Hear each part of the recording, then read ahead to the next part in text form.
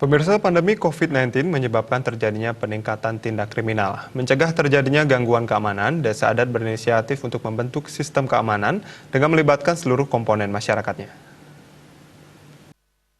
Desa Adat Dalung Inyoman Widana mengungkapkan mengantisipasi kerawanan keamanan di tengah pandemi COVID-19, pihaknya telah membentuk sistem keamanan lingkungan Siskamling melalui Satgas Desa Adat Dalung dan mengingatkan seluruh warga selalu meningkatkan kewaspadaannya.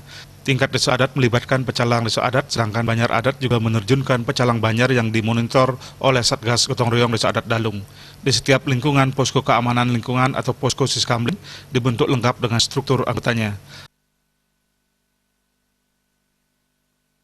Untuk Siskamling, keamanan lingkungan, kami sampaikan, kami sudah membuat suatu surat kepada kalian adat, kalian dinas, ketua lingkungan perumahan yang ada 19 perumahan di Desa Adat Dalung agar ikut serta dalam Siskamling, yaitu keamanan lingkungan, agar tidak terjadi gangguan keamanan di wewidangan Desa Adat Dalung.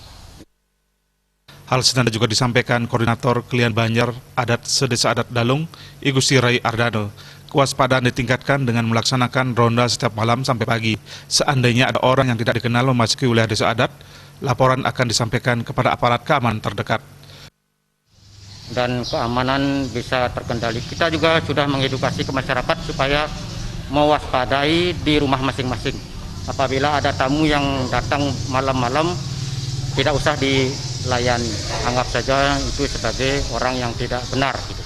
Jadi himbauan itu kita sudah sampaikan ke masyarakat, apabila ada orang yang tidak benar masuk ke rumah supaya segera menginfo kepada pecalang atau kalian adat masing-masing.